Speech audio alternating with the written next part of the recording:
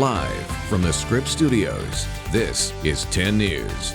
Congressman Duncan Hunter's wife, Margaret, just pleaded guilty to charges she conspired to misuse hundreds of thousands of dollars in campaign funds for personal expenses. And now it appears she will testify against her husband. 10 News reporter John Horn was inside the courtroom, and he joins us live outside. John, you're getting reaction from the congressman himself. Oh, yes, we are. And as per usual, he is calling this entire case politically motivated, coming from a deep state within the Justice Department. He says they're really after him, going after his wife just to get to him. But a much different story playing out just about an hour ago inside that courtroom, where Margaret Hunter pleaded guilty to knowingly and willfully converting campaign funds to fulfill personal uses. One example, repeated spending $14,000 on a lavish trip to Italy, but there was nothing to do with politics in that. So inside the courtroom, very quiet, changed her plea to guilty on that. There is a 22-page plea agreement that came out. In that, she has agreed to testify against the congressman.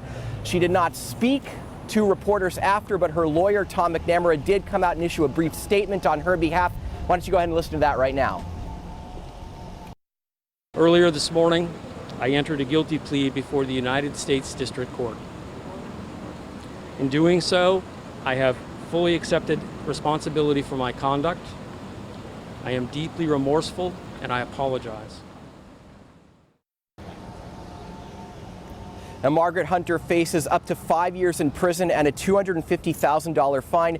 As part of the plea agreement, the other charges will be dropped at some point, assuming this actually comes through in that agreement. Now, we will be following this throughout the day, getting reaction from more people. How does this affect the congressman's future, and what's going to happen in that district? And will Congress, if Duncan Hunter is ultimately found guilty, what would Congress do about it? All the things we're going to be looking into for the remainder of the day, and have that for you on later editions of 10 News. Margaret Hunter will be sentenced September 16th at 9 a.m.